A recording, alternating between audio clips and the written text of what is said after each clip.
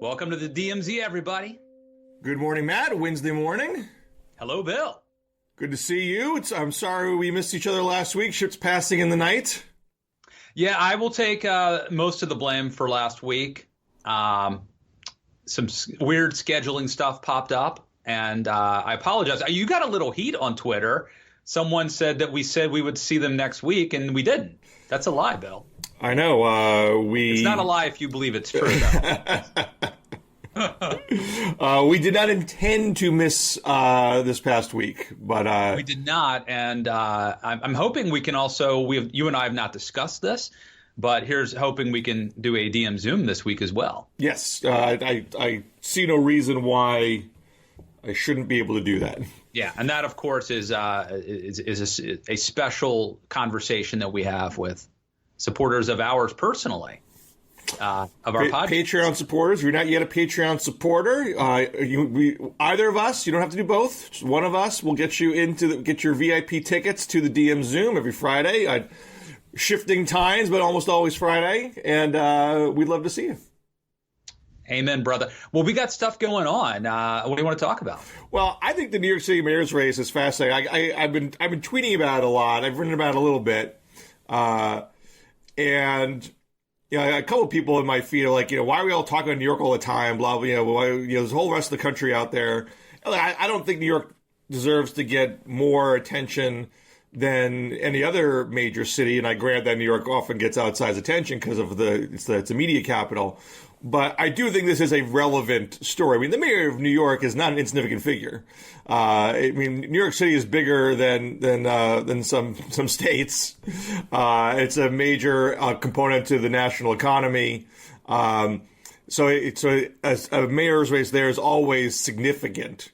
But number two, the Democratic primary is a bit of a microcosm of the party generally. So whatever's happening ideologically within New York City's Democratic Party, I think, has broader national relevance. And then number three, it's one of the biggest tests of ranked choice voting ever. It's the largest jurisdiction to do it for an executive branch race or a legislative branch race. I should note there was a judicial race in North Carolina that was ranked choice voting several years ago. So there is that one asterisk there. But generally speaking, the biggest jurisdiction to do this at a time when there's been some momentum towards ranked choice voting, and how it works there will determine whether more and more places want to use it. So I think there's a lot of reasons to look at what's going on in this election. Now, you were afraid that Andrew Yang might prevail because of ranked choice, and yes. That did not turn out. That did not happen. Just to be fair to me, I did say very early when Yang was leading the polls at the beginning in February, I immediately said this won't last. This is name ID bias, and this won't last. So I always thought Yang would lose altitude. But I did write in April, because he hadn't lost altitude yet. The race really had it. The battle really hadn't been joined yet. And there had been a whole spate of Yang profiles, still leading.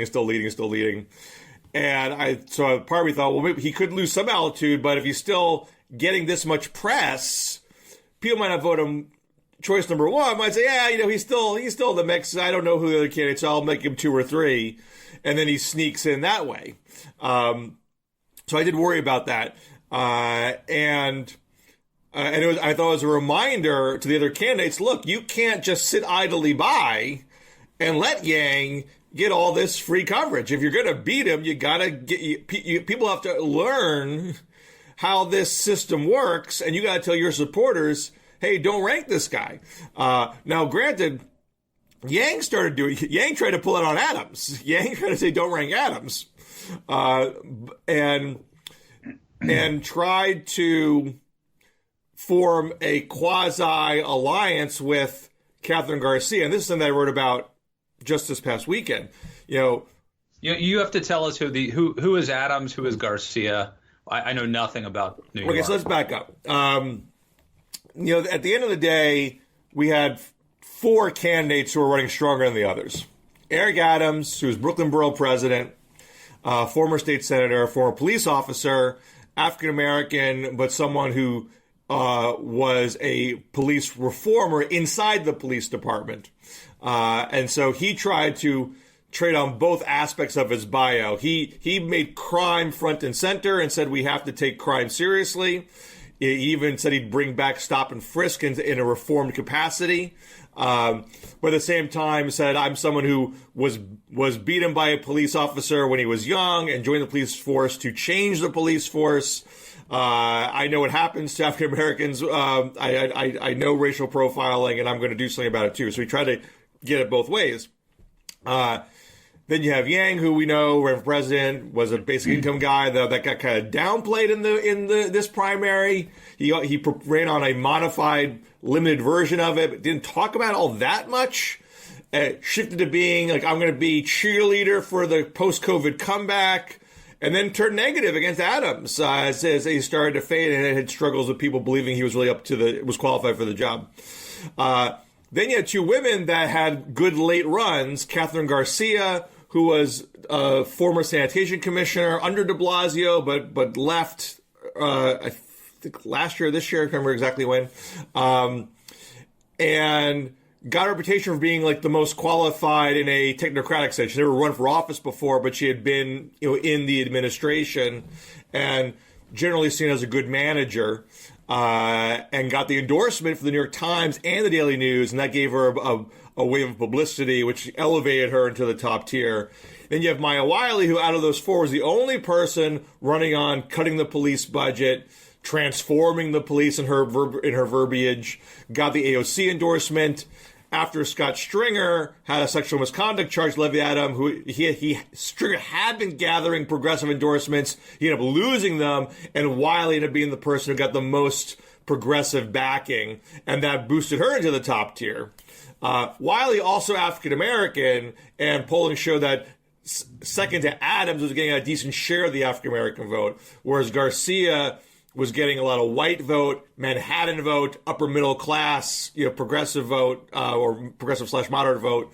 And Yang was kind of cutting across a lot of demographics, but at a lower and lower share.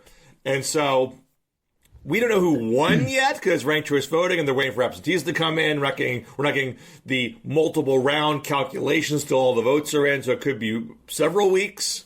But it looks like Adams has enough of a first place lead that it would be very shocking. Not totally unprecedented. We have one case of a mayoral race in Oakland in 2010 where the person who was 9.3 points down in the first round eked out a victory. So it can happen. And Adams right now, I didn't check this one, but I think it was around 9 point something in his lead over Wiley. A couple questions for you, Bill. First, why is it that this can't be done very quickly via computer program? Like, why isn't this almost an instantaneous, thing where you get rid of Yang is out, his votes are dispersed? Why does this take so much time? Well, one, they are waiting for the absentees to come in, and that will be several days, and. Forgive me if I'm not getting this right, but my understanding is that the Board of Elections is saying that they can't do this until those votes come in, although some people have argued that they're not interpreting the law correctly. So in theory, you could stick it in the computer. Maybe the results will be imperfect, but you can still see how it shakes out, and then you just plop in the new votes as they come in and run the computer tests. But that does confuse things, right? I mean, absentee ballots are always, in a close race, they could be decisive. But once you introduce this level of complexity that you have with instant runoff voting, then it introduces, it's sort of like anything else. Like, if you do your website, and you try to change one little thing, because I used to be the director of operations for townhall.com. So I was like, in charge of our C# plus .NET programmers or whatever. And like my boss would be like, oh yeah, well, when they click this button, can you make it go here? And it seems like a pretty straightforward thing. But like once you start messing around with the mechanics and the architecture of a site, like you fix one thing and it opens a door to like 20 other things. And like this could be like a big downside, right? Well, I'm not in the bowels of the New York City Board of Elections and the pre-cert offices and the clerks and whatnot, but this is not an operation that's generally gotten high praise. There's always been seen as a creaky operation, not on the technological cutting edge, always slow counting, and now you're asking it to do a very, very rapid overhaul into a whole newfangled system. And so one of the questions that will be had is how do they handle it? And that's, jury's out on that because we haven't done the multiple rounds of counting yet. But other places do it. San Francisco does it, Oakland does it, Maine does it. Maine is the first state to do it. Alaska's about to do it. So it can work. We know it's not impossible to execute. But if New York does it badly, when the media capital is shining a spotlight on it, that make people perhaps unfairly worry that the transition's not worth the hassle.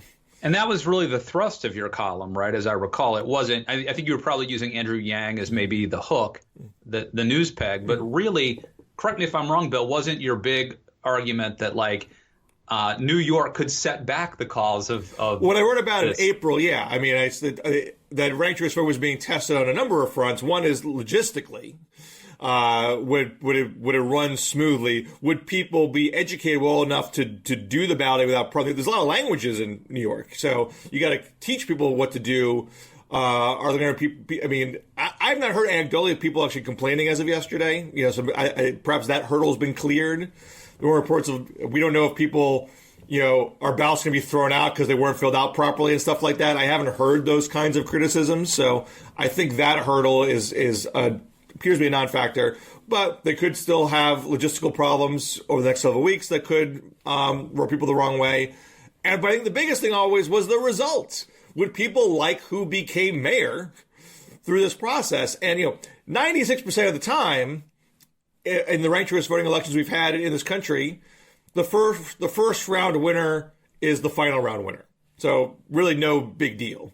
It just creates the opportunity for a second place or even a third place first round candidate to come back.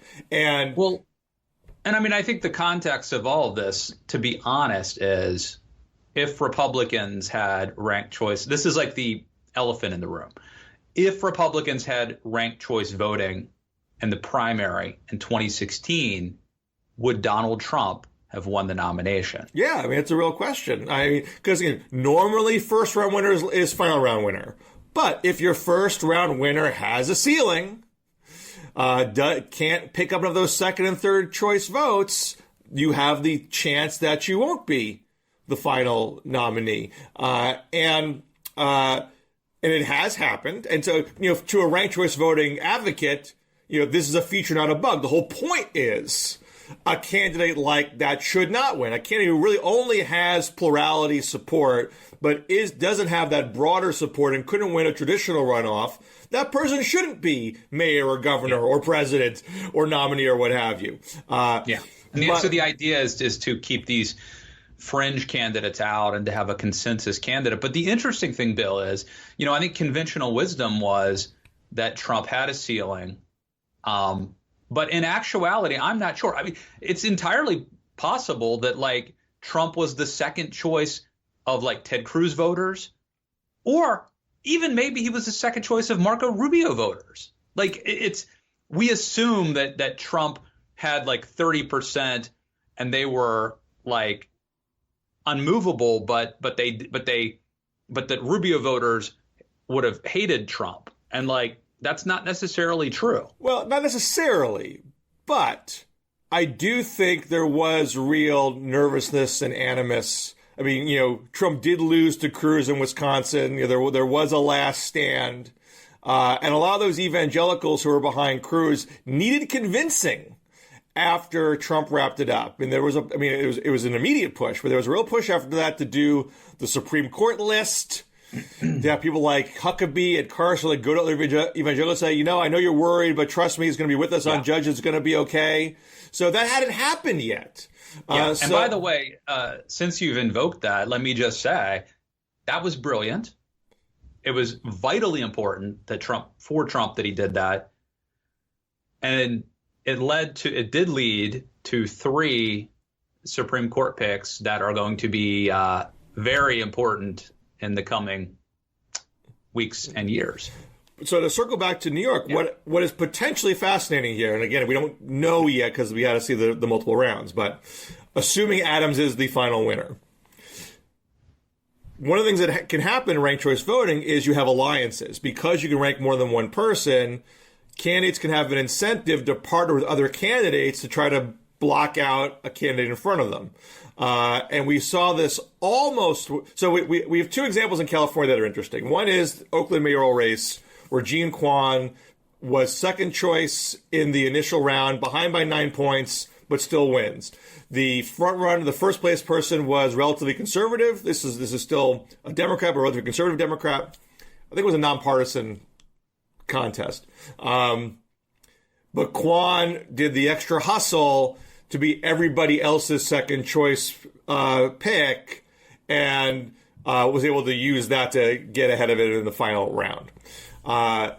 In San Francisco in 2018, you had a race where there were several candidates, but the 3 top ones were London Breed, who was acting mayor. This was a special. Mark Leno and Jane Kim. Mark Leno and Jane Kim were legislators, and both considered more progressive than Breed, even though, again, Breed's a Democrat. So Leno and Kim were worried that the progressives were going to split the vote and Breed would sneak in. And so they had a full-blown joint endorsement, TV ad standing next to each other. You know, Jane Kim saying, "I'm voting for Mark Leno." And Mark Leno saying, "I'm voting for Jane Kim." And basically implicitly saying, "Hey, progressives, don't rank London Breed. Rank the 2 of us, not her, and we can block her out." And it almost worked. You know, I mean, Leno was ahead of Kim. So Leno gets 2/3 of Jane Kim's votes and closes the gap with Breed considerably, but still ends up a couple thousand votes short. But still, it did show like this wasn't a ridiculous plan. Like he pulled it off. It just a little bit too many of them still voted for Breed, still ranked Breed somewhere.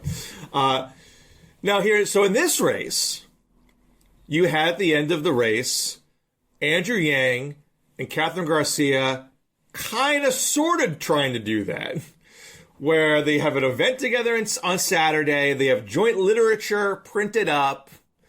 Yang comes out there in front of reporters and supporters and saying, "I'm ranking Catherine Garcia number 2. But then Garcia says, "This is not a co-endorsement. I don't have a solid number 2. Oh, wow. So Yang is trying to do... I don't have a solid number 2? Right. So Yang is trying to do... That seems gross. That should be a bumper sticker. So Yang is trying to do the Leno Kim thing, but Garcia is trying to do the Jean Quan thing and be everybody's number 2 and not limit herself to just Yang's people. And so I think that was awkward in and of itself. And so I immediately said on Twitter, like, this doesn't make any sense to me. And everyone floods into my feed saying, "Oh, well, it's because of ranked choice voting, and if they can partner their votes together," they're like, I know that, people. I know ranked choice voting.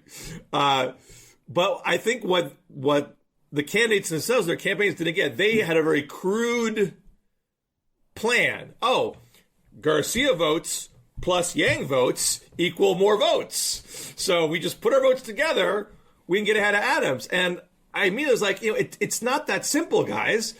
It looks crass when you do that. If you have no principled basis for your alliance, everyone knows you're doing this because you're losing. And you're trying to beat a guy. That's not a motivating factor. You know, Leno and Kim at least said, "Hey, we're progressives. We want San Francisco to not let the billionaires run this city, and we're the 2 people that want to do it." That's a principled argument. Ted Cruz and Carly Fiorina. Yeah, very desperate. Yeah, which, by the way, I kind of predicted and called for, but it was but we were desperate. I mean, again, in that moment, you try what you can, but desperation looks desperate. And Garcia appears to have ended up in 3rd place, and Yang tanked completely with a very weak 4th. And Adams could use it to say, "These people are just out to get me." And so if Adams wins, I mean, Adams has not only no alliances at all, but was actively attacking all the other candidates more gleefully and vociferously than anybody else, which, certain RCP proponents saying, oh, this is going to be great for civilized, positive campaigning because candidates don't want to alienate other candidates' supporters because they want their second choice votes. And look, maybe this is not going to work in every city. Not every city is New York. But I do think that winning begets winning.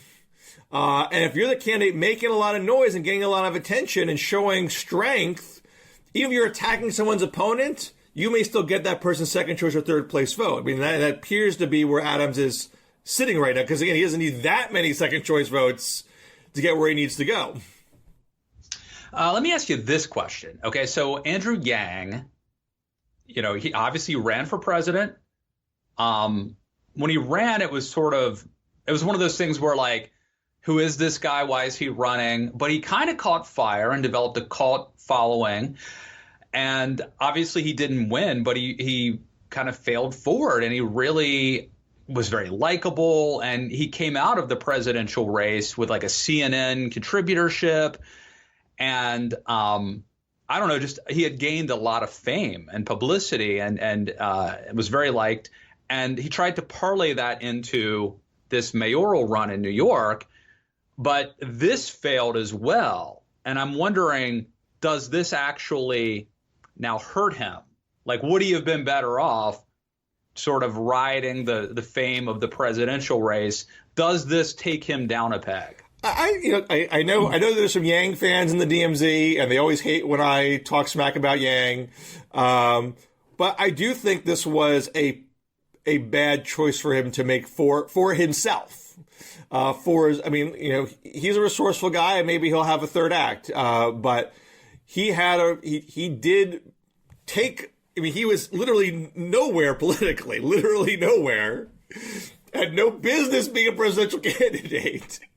And yet, did become, a celebrity, did have fans, did sell books, did get a pundit gig, did have genuine supporters. Not a lot, but enough to get for all those things to happen.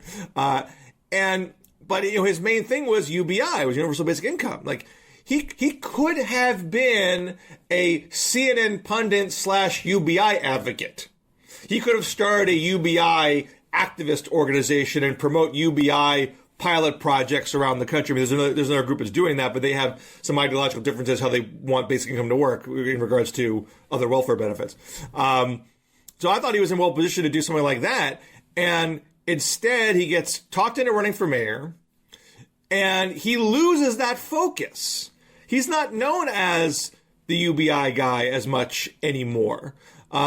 He was viewed as kind of guy who's kind of fun on the campaign trail for a time until he got more negative at the end. Now he's not even all that much fun anymore.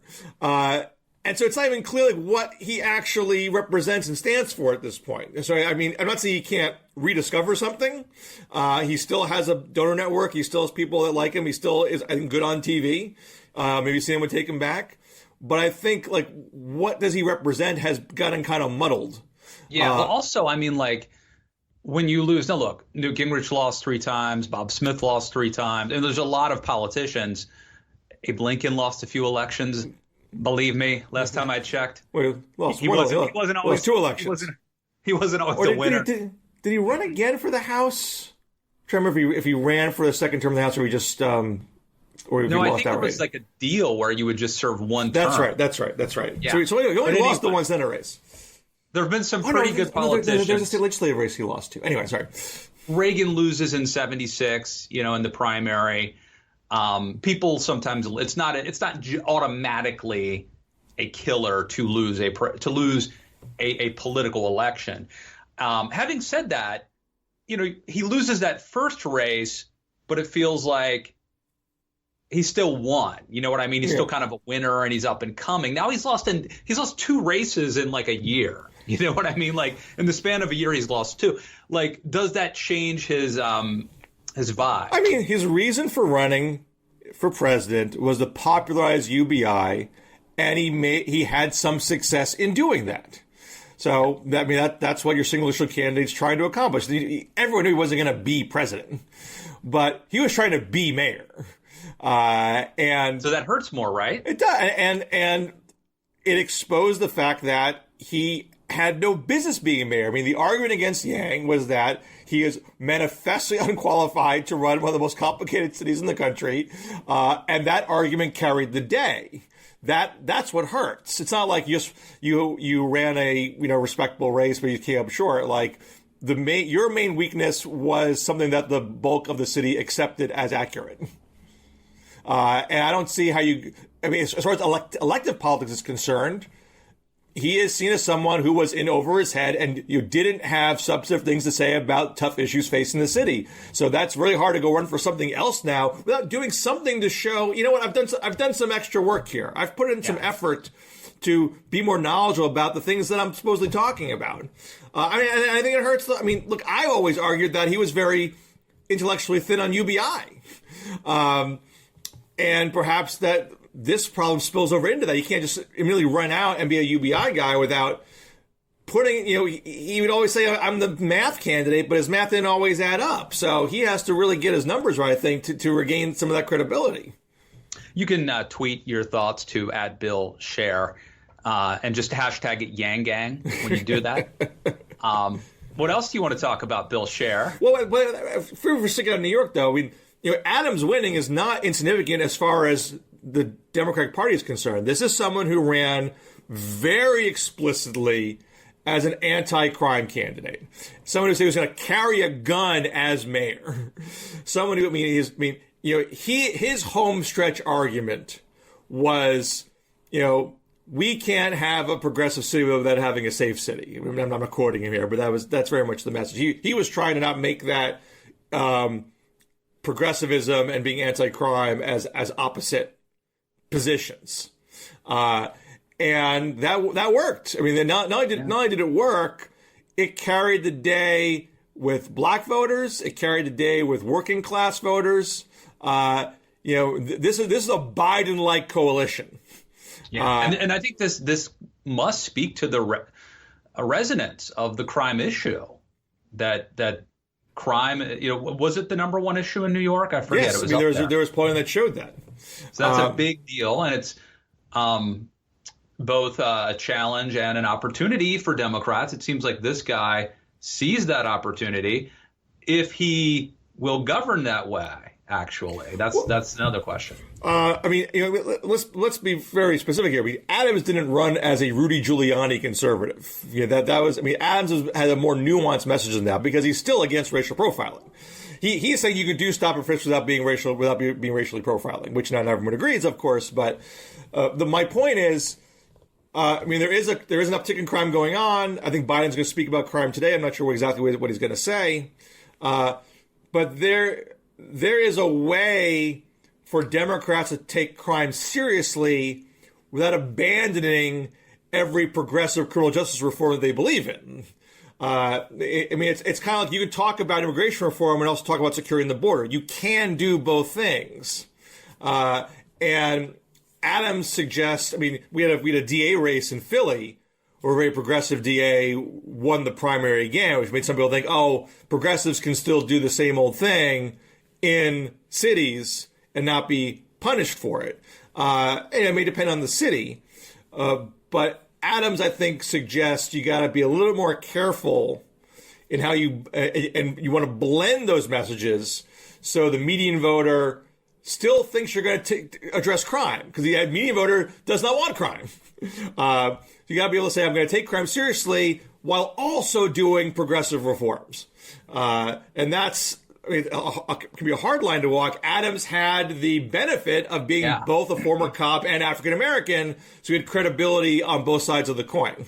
Hey, you remind me, Bill, have you seen this ad, the guy, Democrat running down in Arkansas? Yeah, I did, yes. For governor, right? Yes. He's running against Sarah Huckabee. Yeah. I think it's probably a very long shot that anybody can beat, but what a good ad! It's a great ad. Really and he's balancing those things, right? This is an African American Democrat who is I think he's a physicist and a pastor. Yeah, that's right. And the whole video, and his wife's like in the military, and he talks about his Christian faith, and he talks about race, but he talks about the Challenger disaster, like what inspired him to go into science. It was just a really great ad. I mean, who knows? The guy might be, Karl Marx for all I know, but based on the ad, I wouldn't just vote for him. I want to be his best friend. This I think is the first viral bio ad that we've seen since, it's not that long ago, but 2018, the Amy McGrath video, the Randy Bryce video, the MJ Hagar video. 2018 was the year of those sweeping bio videos from outsider candidates that shake up a race and draw in national money and make these candidates viable, and they won their respective nominations. Yeah. But none of them won their races in the general. And in the case of McGrath and Hagar, they took. So was that 2016? The initial bio ads? No. That's 2018, and they ran again in 2020. Chris Jones, the guy's name's Chris Jones, physicist, minister, Morehouse, NASA and MIT alum, educator, nonprofit leader, dad, and husband. Democrat running for governor of Arkansas. So he's likely going to be able to replicate McGrath and Hagar and Bryce and get money. I mean, Arkansas Democratic Party has been flat on its back for a while. So to have any candidate with any kind of, this is someone who didn't have political credibility last week and now does, should be able to get enough money to run a halfway decent campaign. Probably wouldn't win. But, if Democrats can be seen as functional again, maybe it's a step in the right direction. And we are seeing in the South, African Americans pull off some impressive feats. If not winning outright like in Georgia, at least making inroads, because the demographics are changing these states. So Arkansas is not as African American as Georgia, so he can't easily. Chris Jones needs more white voters than Raphael Warnock did. But maybe it's the beginning of putting together that kind of coalition that can be built upon in future elections. So while I've been very dismissive of the viral video bio strategy because candidates get overhyped. You don't know if you don't know everything about him yet. You don't know what his positions are. You don't know if he's good on the campaign trail. You don't know if he can answer tough questions in a debate or an interview, or he's going to say something dumb in a private setting and it gets leaked and burns him later. You don't know any of those things.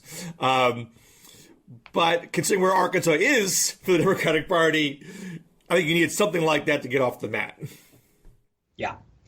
I do think, and this goes back to the New York mayor, and I think it goes to Raphael Warnock as well down in Georgia. I mean, it's one thing to run as like a Democrat who is not pigeonholed as like secular or soft on crime or lefty, whatever. But then you have to govern that way too, And I mean, Joe Biden is probably doing about as good a job as you could do it as president of bridging that divide. But it's harder to govern that way than it is to campaign that way. Well, it's like Biden's getting attacked by U.S. Catholic bishops about abortion. Biden is a practicing Catholic. He's been a deeply devout Catholic his entire life. But like other Democrat Catholics, Mario Cuomo gave this huge speech while he was governor of Notre Dame, making a principled case for being pro-choice while still being a practicing Catholic. You're never going to have it both ways on that issue. You're on one side or the other. And so, Biden is never going to not be pro-choice. I mean, granted, he was more pro-life, his earlier career, but in the modern Democratic Party, that's not going to be the case.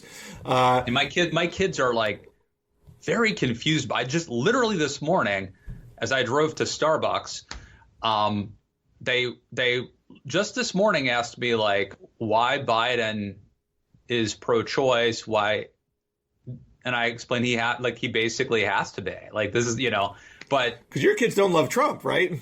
No, they hate Trump. So is this? They get into fights with they get into arguments with counselors at Bible camp over Donald Trump. So this is confusing for them. How is it the guy that I liked doesn't support this position, which I assume you guys have been talking about this issue before, and therefore.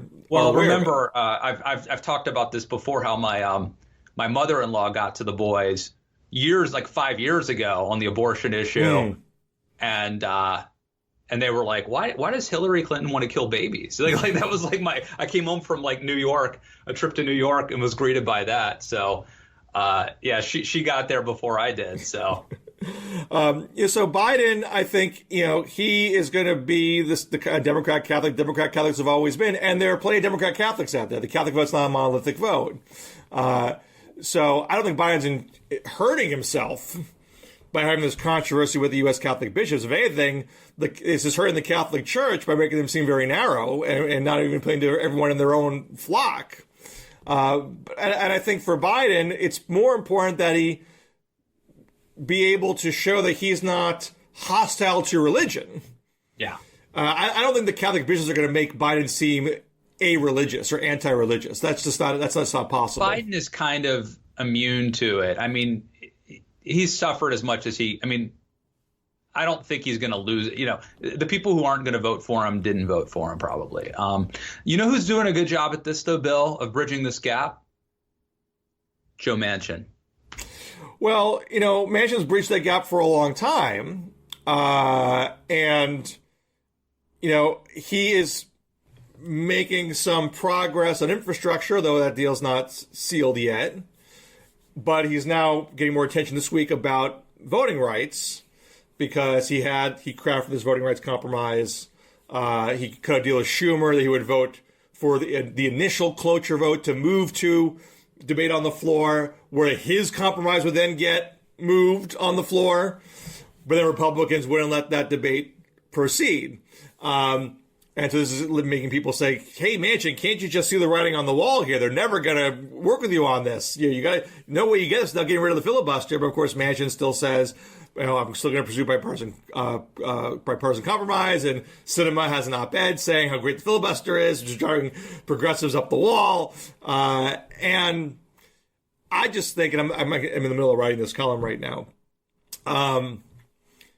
You just have to accept that Manchin and Sinema aren't going to budge. Like, you've given it the college try for 6 months, and all the things that you wanted to have happen have happened. You have proven that Republicans won't cross the aisle to work on voting rights. You had that filibuster. You've met that moment. If they're still not going to budge, they're not going to budge. And so it's time to start thinking about how to get that compromise. And I think Manchin has handled this poorly.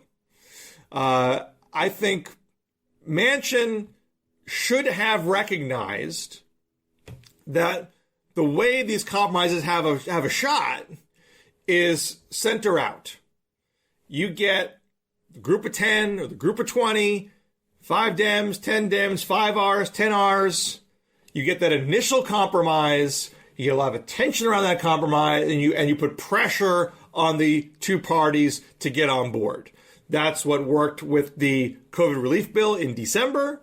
It's at least making progress on the infrastructure. We don't know if it's going to work yet, but you got to at least acknowledge that they got momentum with that, and the conversations are still happening. You can't come down from the mountaintop yourself with the super special bill and expect everyone to jump on board with that. You need to have the give and take with somebody early.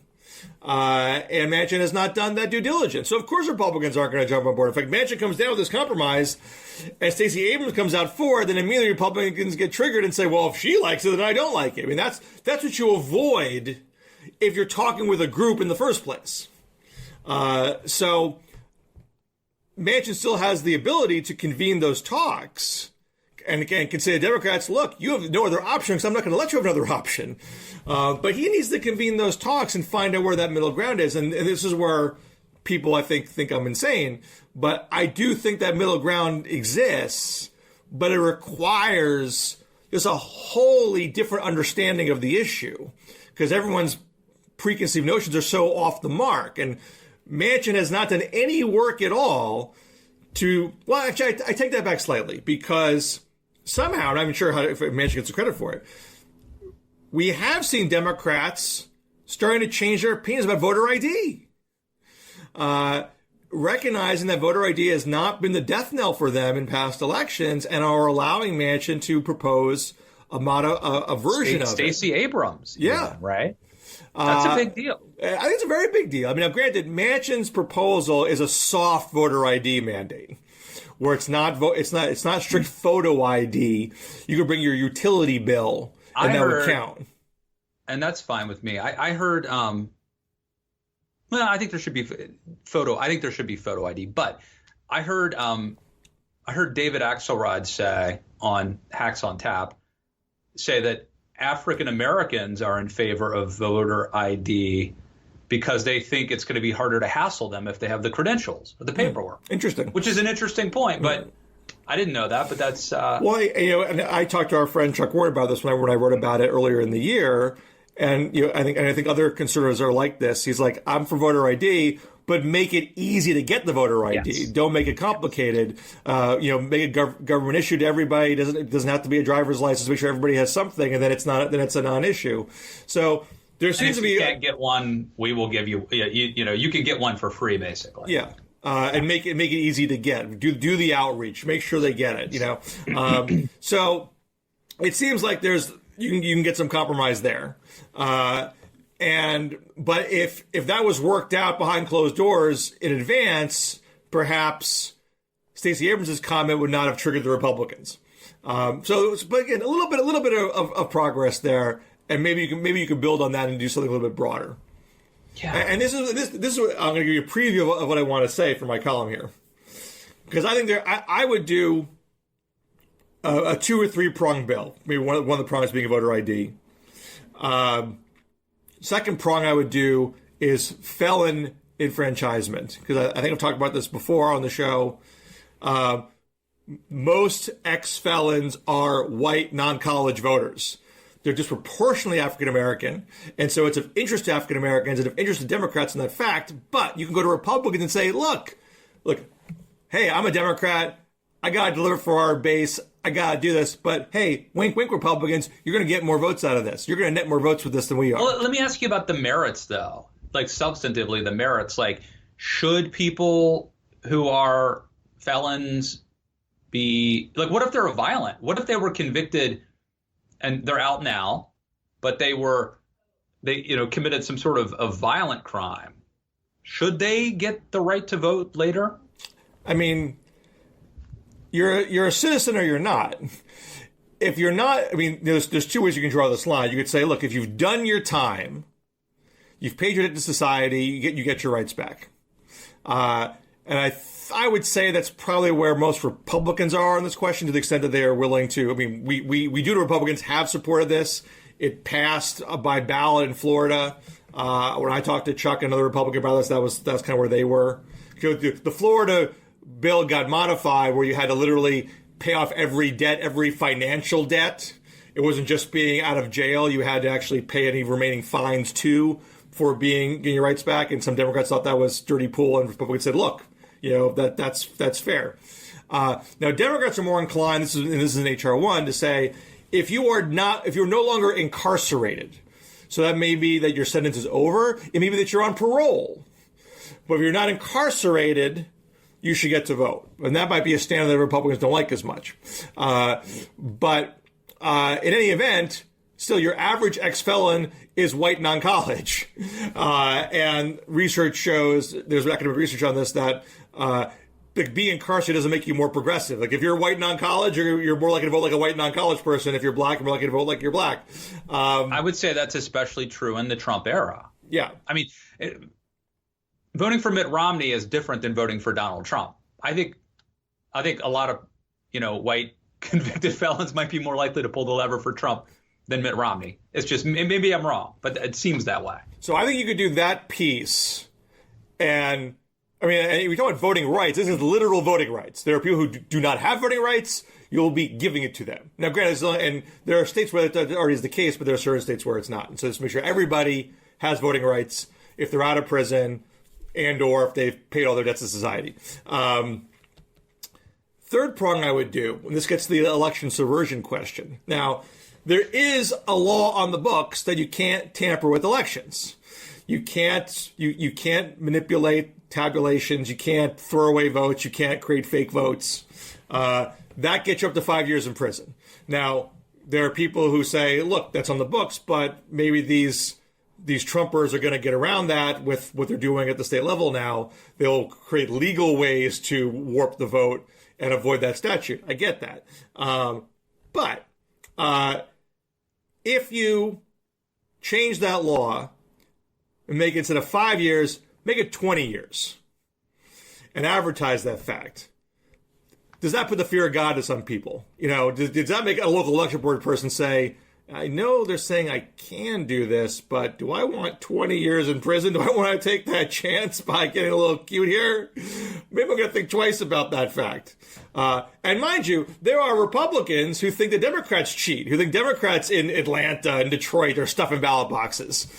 So you can basically say, look, you stuff a ballot box, you throw away votes, you go find 11,000 votes, 20 years. I think both parties can get behind that.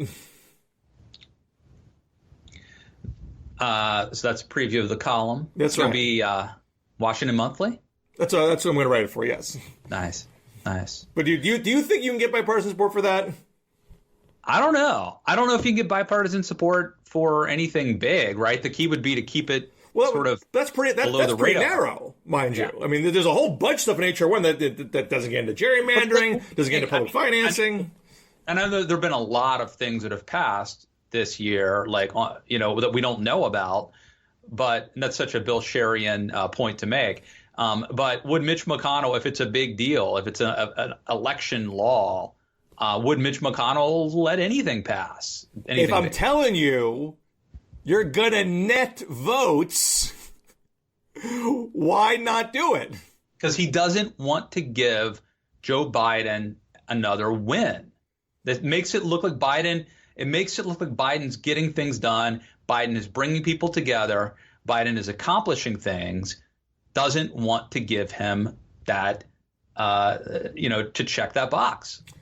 All I know is already this year, Mitch McConnell and his fellow Republicans have voted for water infrastructure, anti-Asian hate crimes bill, extension of the PPP small business loan program, suspension of Medicare cuts, getting Lloyd Austin the waiver to be on Department of Defense, semiconductor infrastructure, manufacturing investment, Juneteenth holiday. If his plan was to make everything as dysfunctional as possible to humiliate Biden on the presumption that any dysfunction would be, he would get the blame and Democrats would get the blame and not him, you would not extend the PPP small business loan program. You would not suspend Medicare cuts. These seem like small bills, and they are in a certain sense, but they could have been larger problems if Republicans threw a monkey wrench into the works. Again, a very Scherian argument, and I applaud you, and I hope you will cite these later tonight when we give a little talk about civility and working together and compromise. However, doesn't it seem like there are a handful of bills or infrastructure, voting, and that we have decided that these are kind of the landmark bills, and that we've put an emphasis on them. And for that reason, maybe only that reason, in some cases it has to do with the amount of money, right? Like trillions of dollars. But voting rights, doesn't it just seem like we have elevated them, and so that is why McConnell has dug his heels in? I think the more elevated the issue gets, the more attention that it gets, the more it riles up the bases, and there's higher political cost for Republicans in crossing the aisle at that point. The issues that have remained under the radar. McConnell has to calculate. I'm not saying McConnell is a decent, lovely person. I think he's a very, cold political operator. But he made a calculation that the cost of obstructing PPP, the cost of obstructing suspension of Medicare cuts, the cost of obstructing water infrastructure wasn't worth it. wasn't going to behoove them. And maybe that's the case for a broader infrastructure bill. We don't know yet, but they've certainly, again, I take McConnell at his word. I think McConnell is a straightforward player. Not that he's never lied in his life, but I don't see evidence of him lying about his own position. And so when McConnell says, yeah, I'm going to block a Supreme Court nominee in 2024, he's going to block a Supreme Court nominee in 2024. In the same interview when he says, I think infrastructure is 50-50, I think he believes infrastructure is 50-50. I think there's a threshold where it makes sense for him to support it, and there's a threshold where it doesn't. Yeah. And they're trying to find that threshold. Well, I think the other problem with this, with your idea here is, you may be right. In fact, I know you are right, that this, enfranchising convicted felons would actually lead to more, white working class kind of white voters. But that's not the perception, as you know. And so does it matter what the facts are when the perception is going to be something easy to demagogue? Well, that's why you need Manchin and perhaps, Mitt Romney standing by his side or someone like that, making these points. No one's making the points. No one's taking the data and advertising it. So everyone, people who should know better, people who are in the business of politics, don't seem to know this. Isn't there something almost unseemly about talking about this, though, as a politician? Like, don't worry, there's going to, imagine like Manchin. Don't worry, there's going to be lots of white voters too. Isn't there something unseemly about like? Well, people are already being unseemly in the opposite way. People are already saying, Jim Clyburn already says Manchin so much to support this, so they're not going to be in the majority anymore. Republicans say we better change the law in Georgia, or we're never going to win Georgia back. They already say unseemly things. This is a fighting fire with fire. You've got to put the data out there to say, folks, hey, people, this proposal's not going to tip the balance. This proposal's not going to put our thumb on the scale. Look, this you know what I'm saying? This is not about creating new voters. And, even what I'm saying about felons. Well, it's creating new voters, but it's not about tipping the scales. It's not that many voters. It's not that big an extra margin for Republicans. I think they will net, but it's not like they're going to net like 10 million votes. And a lot of these people get reenfranchised, probably won't even show up to vote anyway. It's probably going to be most of the time a non-factor. It might be a factor in some close races here and there, but it's not something designed to completely rework who has the overarching edge in any given election. While we're playing devil's advocate, I would also go back, even if you divorce the racial component from this, which is a big thing to divorce, I could imagine if someone really wanted to stop this, you run the ad about someone who was a rapist or a murderer, almost like a Willie Horton sort of ad. Again, minus the racial component, and talk about that person being able to vote. You could demagogue that pretty well too. Should, never mind the fact, should this person be on the street to begin with, but should they have the same vote as you have, Bill Scher? Republicans may go down this path again because they certainly have in the past, but they'll have the same vote as the victim or the victim's sister. They're going to offset her vote. Well, again, number one, if you're going to get more votes out of this and you're going to lose, there's no point running that play. And two, Republicans have made some inroads with black voters, with working class black voters. They are aware, and they're proud of that fact. They want to be able to say that they are doing that. They want to cut down the margin. They want to elevate what black officers they have. What better way to further... the thing that hangs over the Republicans' head is that they're seen as racists. and they're obsessed with critical race theory and all that kind of nonsense. So why not mitigate that by saying, hey, I just enfranchised felons, even though they're disproportionately black. So when I ramble on about critical race theory, don't call me a racist.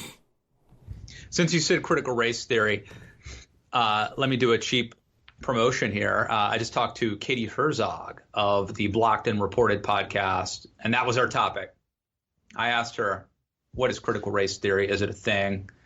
What does it mean? And we had a whole discussion. So check that out. Matt Lewis and the News on iTunes, Stitcher, wherever you get your podcast. Now, you have to get on the road and have lunch with your mom, right?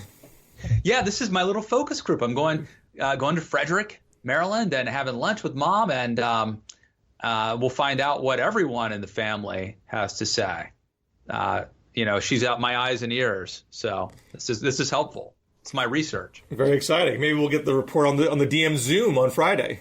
I think we'll do that, and also I will phone you. You and I have things to discuss, things that are not for public dissemination. I'm going to phone you on the way back from Frederick, and we'll have a whole conversation. Okay. It's not too crazy. We have a little speaking gig tonight. That's all. That's right. We're giving a little talk tonight. We're talking a lot. This will be we're making up for last week, Bill. Right, Four conversations this week. The DMZ, the DMZoom, our speaking gig, and then our talk about the speaking gig, which will be uploaded to Patreon. Actually, we should upload that private conversation exclusively for Patreon supporters. I like that idea. All right. Anything else you have to plug? Read my stuff at the Daily Beast. I have a piece, kind of a contrarian piece at the Beast. And by the way, no, the Netflix special called Sexy Beasts is not about me. I was as surprised as everyone to learn it's even more weird and disturbing than that. I have a piece up at the Beast, kind of a contrarian piece about Chris Christie. Why his comeback could be the greatest since Nixon. Don't sleep on Chris Christie because you'll get a stiff neck. Check it out at the Beast. And I got a piece of the Monthly that came earlier this week about progressives threatening to sink the infrastructure deal if it fully materializes, and do they really have the leverage to do that? And I went back in history at other times when Democrats had a little friction with their presidents on compromise bills. So check that out at the Monthly, and I'll talk to you later today and on Friday. We'll talk many times, but for the purposes of this audience, you are pledging and promising that you will be back here next week, with or without me. You will not leave them hanging. That is correct. I can say that with full confidence. Yeah, we'll see you next month. All right, till we meet again, everybody. We actually don't know when that'll be, but keep your eyes and your feet on the ground and your eyes in the stars. And keep reaching for the stars, man. This is KZ Kasem, and we'll see you next week. Bye-bye.